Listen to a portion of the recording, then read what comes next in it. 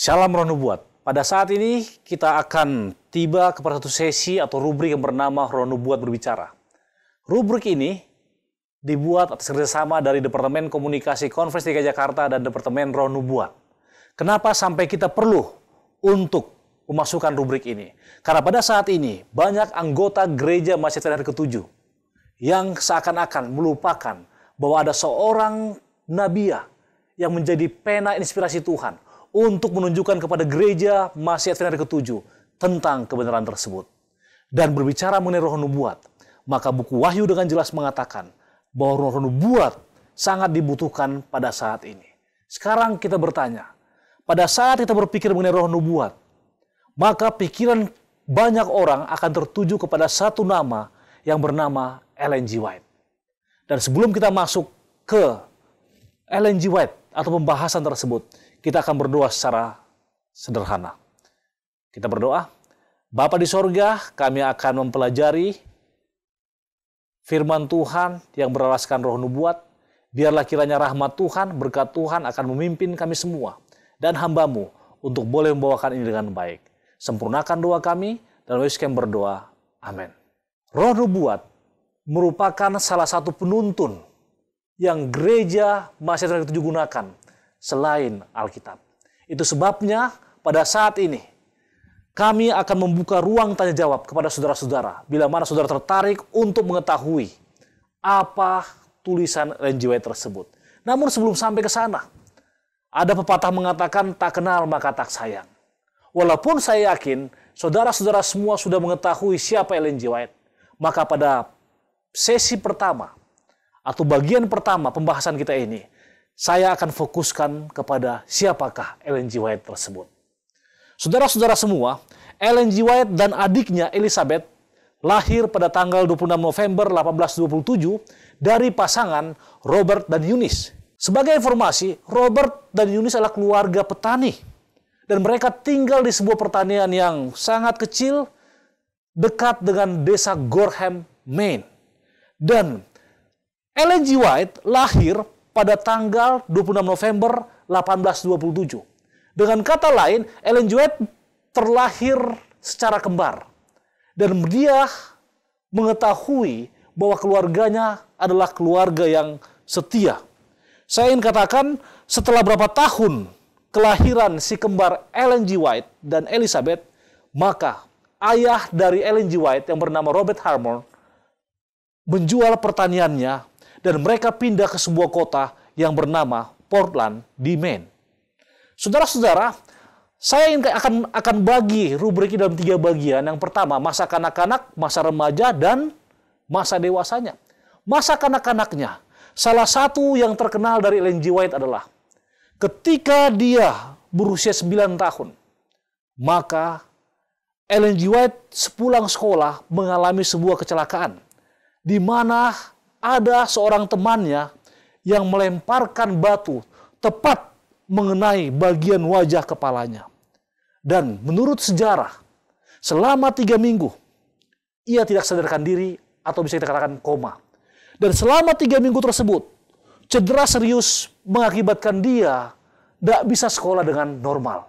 Itu sebabnya sejak umur 9 tahun, Ellen G. White tidak lagi sekolah di sekolah formal. Dan saudara tahu siapa yang mengajar beliau? Yang mengajarnya adalah ibunya sendiri. Itu sebabnya ketika Ellen G. White mengenang peristiwa ini ketika dia besar nantinya, dia menulis dalam buku Review and Herald, dikatakan begini, saya akan bacakan saudara-saudara. Kemalangan ini yang untuk sementara waktu tampaknya begitu pahit dan begitu sulit untuk dipikul, terbukti menjadi berkah tersembunyi. Pukulan yang kejam yang menghilangkan kegembiraan adalah sarana untuk memalingkan mata saya ke surga. Saya mungkin tidak pernah mengenal Yesus bila tidak mengalami masa-masa suram di awal kehidupan saya. Itu telah menuntun saya untuk mencari penghiburan dalam dirinya. Ellen G. White mengatakan, ini merupakan suatu blessing in disguise, atau malapetaka yang mendatangkan berkat. Dengan kata lain, dia mengatakan kalau seandainya dia tidak mengalami kecelakaan pada waktu berumur 3 tahun, mungkin ceritanya akan lain. Namun Tuhan itu maha baik, saudara-saudara. Ketika Ellen G. White mengalami hal tersebut, Tuhan gunakan dia dari seorang anak yang biasa menjadi seorang nabiya yang sangat dikenal pada saat ini. Saya lanjutkan. Ketika ia diajar, maka pada tanggal 26 Juni 1842, atas permintaan dia sendiri, dia dibaptis di sebuah gereja Metodis yang bertempat di Casco Bay di Portland. Dan pada saat itu dia diterima sebagai anggota gereja Metodis. Lalu apa yang terjadi berikutnya? Ketika dia remaja, pada tahun 1840 dan 1842, Ellen G. White mengenal sebuah gerakan yang dikenal dengan nama Millerites atau gerakan William Miller. Di mana saudara ketahui, William Miller mengatakan dengan jelas mengenai nubuatan 2300 petang dan pagi. Dia katakan, akhir dari nubuatan 2300 petang dan pagi jatuh pada tanggal 22 Oktober 1844. Dan William Miller percaya pada tahun tersebut Yesus Kristus akan datang. Dan gerakan ini sangat-sangat terkenal pada saat itu. Sehingga keluarga White menjadi pengikutnya yang setia. Dan sebagai akibatnya, ketika mereka mengikuti gerakan Millerites atau gerakan William Miller, maka gereja Metodis mengeluarkan mereka dari gereja. Namun apa yang terjadi, saudara-saudara? Pada waktu mereka dikeluarkan, gantinya mereka kecewa, mereka semakin kuat. Walaupun pada tahun 1844, ketika jatuh pada tanggal 22 Oktober, banyak orang yang sangat kecewa. Namun, Ellen G. White sangat yakin bahwa inilah gereja Tuhan. Dan pada umur 17 tahun, dalam usia yang sangat muda, dia mengabdikan dirinya. Dia berkomitmen, dia katakan, Tuhan, ini aku, pakailah aku. Dan mulai pada saat itu, dia menjadi seorang pengkhotbah. Dia membaktikan hidupnya untuk melayani Tuhan. Dia memberikan segalanya buat Tuhan. Dan yang paling luar biasa, dia katakan, saya akan gunakan seumur hidup saya untuk melayani Tuhan. Itu sebabnya dalam tulisannya, The Early Years, volume 1, tahun 1827 dan 1862, dia mengatakan bahwa saya berkomitmen untuk melihat bagaimana umat-umat Advent melihat kota Allah nantinya. Dan saya akan mau mengabdikan diri saya untuk melayani Tuhan melalui penglihatan-penglihatan yang dibuatnya. Lalu apa yang terjadi? Ketika umur 17 tahun sampai beranjak dewasa, dia melayani Tuhan. Dia bertemu dengan seorang pendeta yang bernama pendeta James Springer White, atau yang kita kenal dengan nama James White, yang pada saat itu juga merupakan salah satu pendeta yang sangat giat bekerja melayani Tuhan dalam gerakan Millerites ini. Dalam perjalanan mereka ke Orrington, Maine, maka pada saat itu mereka saling jatuh cinta. Dan hubungan mereka berjalan dengan baik. Namun, untuk menghindari gosip atau apapun yang akan terjadi sepanjang perjalanan selama mereka melayani, maka pada tahun 1846, mereka menikah di penghulu pernikahan. Kenapa? Sebab mereka tidak memiliki keanggotaan gereja. Dan saudara-saudara ketahui, Ellen G. White telah dikeluarkan dari gereja Metodis. Dan peristiwa ini ditulis dalam tulisan Ellen G. White yang bernama Light Bearers. Dan juga dikuatkan oleh Greenleaf Richard dalam tulisannya A History of Seventh-day Adventist Church yang diterbitkan oleh Pacific Press. Dengan kata lain, mereka bersyukur karena mereka boleh menikmati kehidupan secara bersama-sama melalui pernikahan mereka. Itu sebabnya di belakang James White menulis begini. Dikatakan begini, saya akan bacakan. Kami menikah 30 Agustus 1846 dan sejak saat itu hingga saat ini dia telah menjadi mahkota kegembiraanku. Atas pemeliharaan Allah yang baik, kami berdua telah menikmati pengalaman mendalam dalam gerakan Advent. Pengalaman kami ini diperlukan karena kami harus bekerja sama dan bersatu untuk pekerjaan yang luas dari Samudra Atlantik ke Pasifik. Luar biasa, saudara-saudara. Dengan sangat jelas, James mengatakan bahwa pengalaman mereka ini merupakan pengalaman khusus untuk Tuhan. Dan mereka mau bekerja keras untuk pelayanan bagi Tuhan. Lalu apa yang terjadi?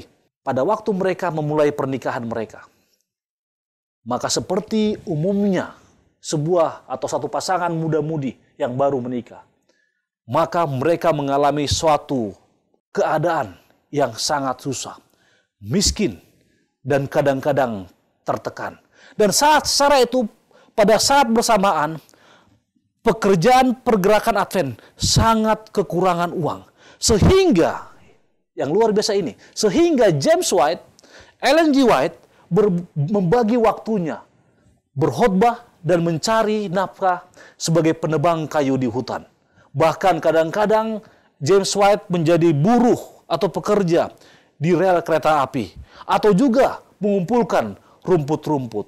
Dengan kata lain, mereka bekerja keras untuk membesarkan keempat anak mereka yang bernama Henry Nichols, James Edson, William Clarence, dan John Herbert. Namun, dalam suasana yang sangat susah, dari 4 anak mereka, maka hanya 2 yang tinggal.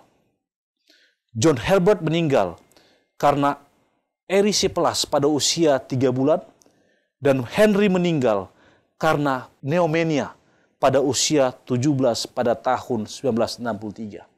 Namun, secara manusia, sering kita mengatakan bahwa peristiwa ini merupakan tamparan dari Tuhan. Namun Ellen G. White melihat dari sisi lain.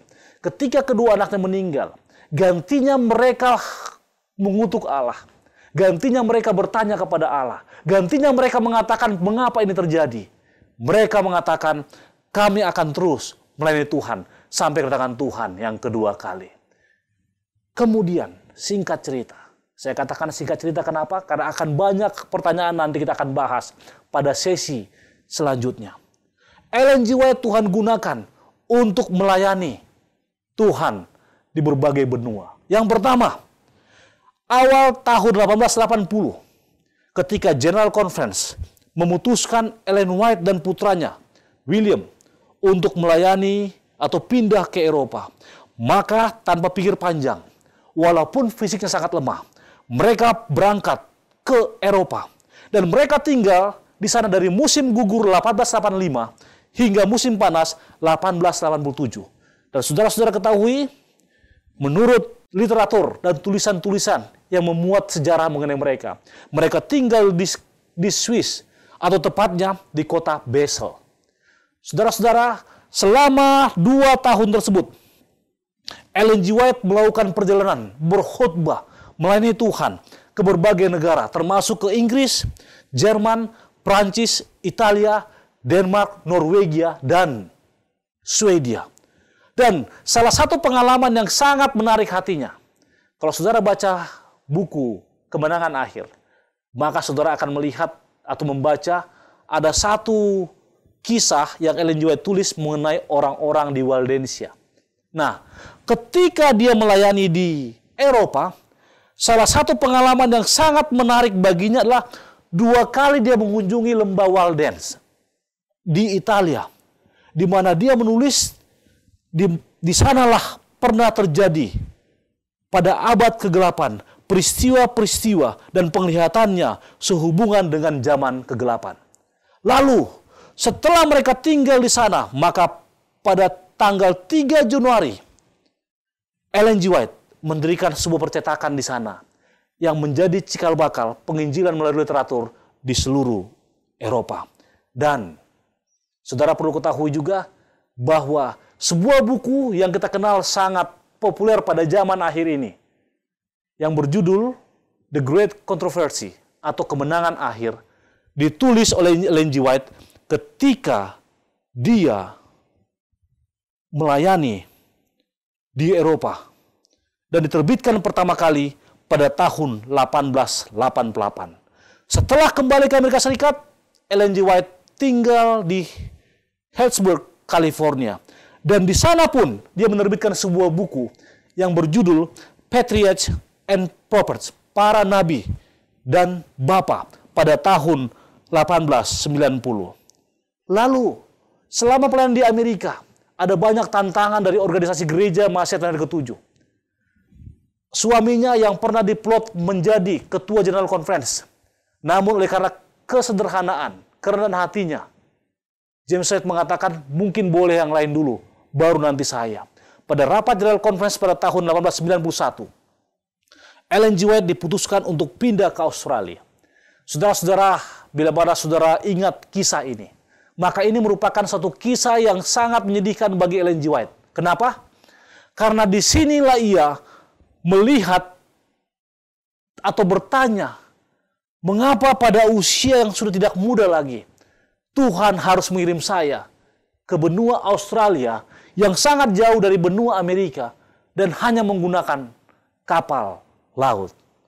Namun, sekali keputusan diputuskan, maka Ellen G. White pindah ke Australia dan tiba di sana pada tanggal 8 Desember 1891. Dan seorang anaknya yang bernama William C. White mendampinginya. Tidak lama setelah kedatangannya, Ellen G. White melihat sebuah kebutuhan di sana. Dia melihat bahwa Australia sangat butuh lembaga pendidikan. Kemudian sekolah Alkitab dibuka di kota Melbourne pada tahun 1892. Dan setelah sekolah itu beroperasi selama 2 tahun, maka Ellen G. White tertantang, bahkan mendapat ilham, agar ada satu lembaga didirikan di tempat ini. Lalu hayal datang. Tuhan mengatakan kepadanya, Tuhan memberikan penglihatan kepadanya untuk membeli sebidang tanah yang gersang di Cranbourne, New South Wales. Saudara-saudaraku, permintaan ini menuai kontroversi. Kenapa kontroversi? Tanah yang Ellen G. White anjurkan untuk dibeli merupakan tanah yang sangat gersang, di mana tidak ada pertanian di sana, bahkan tidak ada orang di sana. Seorang ahli pertanian mengatakan pada zaman itu bahwa tanah ini merupakan tanah yang sangat tandus dan akan sangat rugi bila mana kita membelinya. Lalu Ellen G. White mengatakan, kita harus membeli tanah ini. Dan 1895 pada musim semi, resmilah di tanah tersebut dibuka Avondale School for Christian Worker pada tahun 1897 yang dikenal dengan nama Avondale College atau University of Avondale. Dengan kata lain, Ellen G. White memulai gagasan untuk membeli tanah tersebut pada tahun 1895. Dan saat ini, saudara mengetahui salah satu sekolah yang sangat terkenal yang gereja Advent punya adalah Avondale College di Australia. Lalu, selain bekerja di sana untuk kepentingan lokal, maka Ellen G. White menulis artikel mingguan di Review and Herald dan Sign of the Times dan Youth Instructor dari Australia. Dan satu hal yang istimewa di Australia, saudara-saudara, pada tahun 1898, ia menyelesaikan karyanya yang sangat terkenal. Saudara mau tahu apa itu? Namanya adalah The Desire of Ages. Dalam bahasa Indonesia dikatakan apa? Kerinduan segala zaman. Dan 2 tahun kemudian, nah ini yang luar biasa. 2 tahun kemudian, ia menyelesaikan bukunya yang berjudul Thoughts from the Mount of Blessing. Atau kita kenal dengan apa? Khotbah di atas bukit. Dan buku-buku lainnya seperti Christ Object Lesson dan Testimonies for the Church jilid 6 yang diterbitkan pada tahun 1900. Luar biasa. Pengalaman Ellen G. White di Australia membuahkan hasil yang sangat berguna hingga pada saat ini. Pada tahun 1900, sebuah penglihatan datang kepadanya dan menginstruksikan bahwa dia harus kembali ke Amerika Serikat. Dan atas persetujuan dari organisasi, maka ia kembali ke Amerika Serikat dan tinggal di sebuah desa yang bernama Elms Haven. Di mana kalau saudara pernah ke Elms Haven, maka daerah ini sangat dekat dengan rumah sakit Advent di kota kecil St. Helena yang dikenal dengan penghasil anggur yang besar di Amerika Serikat di wilayah Napa Valley di California Utara. Ellen White menghabiskan waktunya 15 tahun di tempat itu.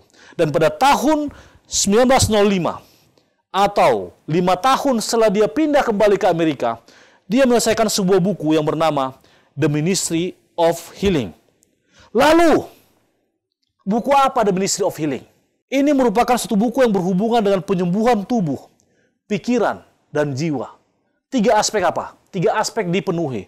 Lalu setelah itu, tahun 1903, dia terbitkan sebuah buku yang bernama Buku Education atau Pendidikan. Dan 2 jilid buku, Testimonies for the Church atau Nasihat bagi Sidang jilid 7 dan 8, yang diterbitkan pada tahun 1902 dan 1904. Dan selama tinggal di Elms Haven, Nyonya White mendorong gereja di California Selatan untuk mendirikan sebuah sanatorium atau tempat pengobatan yang sekarang sangat terkenal di seluruh dunia, yaitu adalah Loma Linda University Medical Center yang sangat besar. Saudara ketahui bahwa transplantasi ginjal pertama dilaksanakan di Loma Linda Hospital. Itu merupakan anjuran dari Ellen G. White atau Nyonya White ketika dia tinggal di Elms Haven. Dan beberapa tahun berikutnya, Ellen G. White mendorong untuk mendirikan Paradise Valley Sanitarium dekat San Diego. Luar biasa. Bila mana kita melihat kehidupannya, maka seumur hidupnya diberikan hanya untuk melayani Tuhan. Dan seumur hidupnya dia berikan hanya untuk melayani Tuhan di dunia ini. Dan ada pepatah mengatakan, dalam rambut yang putih terdapat kebijaksanaan. In the white hair there is wisdom. Ketika Ellen G. White mulai menginjak masa tuanya dan kondisi fisiknya mulai lemah, maka Ellen G. White mulai mengurangi waktunya untuk melakukan perjalanan jauh. Dia intensif menghasilkan buku-buku, saudara-saudara. Dia tulis banyak buku pada masa tuanya. Kita tahu Testimonies for the Church atau Nasihat bagi Sidang jilid 9 diterbitkan pada masa tuanya pada tahun 1909. Kemudian pada tahun 1911 buku The Acts of the Apostle atau Kisah Para Rasul dicetak dan diterbitkan. Dan pada tahun 1913 Counsel to Parents and Teacher dicetak. Dan setahun berikutnya pada tahun 1914 naskah Gospel Workers dia selesaikan. Dan banyak buku lainnya dia selesaikan. Bulan-bulan aktif penutupan kehidupan Ellen G. White dikhususkan untuk menulis sebuah buku yang bernama Para Nabi dan Raja atau Prophets and Kings. Dan saudara-saudara, pada pagi hari 13 Februari 1915, Ellen G. White tersandung dan jatuh ketika dia sedang berjalan. Dari pemeriksaan X-ray atau sinar X, diketahui adanya patah tulang pinggul kiri. Dan selama 5 bulan, Ellen White tinggal di tempat tidur atau kursi rodanya. Kehidupan Ellen G. White berakhir pada tanggal 16 Juli 1915 pada usia 87 tahun. Dan dia dimakamkan di samping suaminya, James White, di Oak Hill Cemetery, Battle Creek, Michigan. Dan saudara ketahui juga, saudara perlu ketahui, Battle Creek merupakan salah satu situs sejarah dari organisasi gereja Advent, di mana di sanalah Ellen G. White menghabiskan waktunya untuk menulis buku. Bahkan sebuah rumah sakit berdiri di Battle Creek pada akhir hidupnya. Dan pada usia 87 tahun, dia menghembuskan nafas terakhirnya. Dan saudara melihat bukti dan perjuangan Ellen G. White dari masa mudanya hingga pada masa dewasanya, bahkan hingga pada masa tuanya, dia memberikan kontribusi yang luar biasa kepada sebuah gereja yang bernama Gereja Masih Advent Hari ke-7 yang berkantor pusat di General Conference. Inilah sedikit sejarah mengenai siapa Ellen G. White dan bagaimana kehidupannya. Saudara-saudara, saya ingin katakan, pada bagian pendahuluan ini, kita sangat bersuka hati karena kita mengetahui sekilas bagaimana kehidupan Ellen G. White. Dan setelah bagian ini, akan ada banyak nama-nama yang akan kita bahas. Ada nama-nama Joseph Bates, ada nama-nama James White, Uriah Smith, dan banyak pionir-pionir lainnya yang akan kita bahas. Namun yang paling penting, kita akan banyak mengetahui dari tulisan Ellen G. White mengenai bagaimana kehidupan anggota gereja Advent sesuai dengan tuntunan Allah. Pada pembahasan berikutnya, kita akan membahas bagaimana hubungan Alkitab dengan Ellen G. White. Kemudian hubungan doktrin gereja Advent dengan Ellen G. White. Kemudian hubungan keanggotaan gereja dengan Ellen G. White. Dan hubungan Ellen G. White dengan buku-buku yang digunakannya. Dan juga tanya jawab sehubungan dengan doktrin gereja, Advent, dan roh nubuat. Pada saat ini, kami ingin meyakinkan saudara, bila mana saudara mengetahui atau ingin melihat lebih jauh mengenai Ellen G. White, atau bahkan ada pertanyaan dari buku-buku yang dia tulis, yang sangat terkenal di seluruh dunia. Salah satu penulis non-fiksi wanita yang paling banyak buku yang terjemahkan, beliau adalah Ellen G. White. Maka, Konferensi DKI Jakarta membuka suatu rubrik tanya jawab. Bila mana saudara mempunyai pertanyaan sehubungan dengan buku-buku roh nubuat dan kehidupan Ellen G. White dan hal lainnya di organisasi kita ini yang sangat berhubungan dengan buku-buku roh nubuat, silakan mengirimkan email kepada email yang terletak di bawah ini. Dan bila mana kami telah menerima email tersebut, maka pada sesi berikutnya, pertanyaan saudara akan kami jawab. Dan kami yakin, kami percaya, dengan tuntunan Roh Kudus, Tuhan akan membuka mata hati kita semua, mata hati saudara, untuk melihat pentingnya tulisan roh nubuat dalam kehidupan kita bergereja, kehidupan kita melayani, dan kehidupan kita sembari menanti kedatangan Tuhan yang kedua kali. Semoga Tuhan berkati, dan salam roh nubuat. Kita akan berdoa bersama-sama. Bapa di sorga, kami telah melihat sekilas bagaimana kehidupan Ellen G. White yang merupakan nabiah yang Engkau tuntun kepada kami untuk menuntun gereja Masedonia ke-7 menjalani kehidupan kebenaran dalam firman Tuhan. Terima kasih Bapa. Kami percaya akan ada banyak pertanyaan yang akan muncul dari saudara-saudara kami, baik di rumah, di tempat pekerjaan, ataupun yang melihat siaran ini. Biarlah Bapa, kami semua akan dikuatkan bila mana tulisan-tulisan Ellen G. White, buku-buku roh nubuat akan menyingkapkan semuanya. Dengarkan, sempurnakan doa kami ini Tuhan. Ampunkan dosa kesalahan kami, karena doa ini kami alaskan dalam nama anak-Mu Yesus, yang adalah Tuhan dan Juru Selamat kami.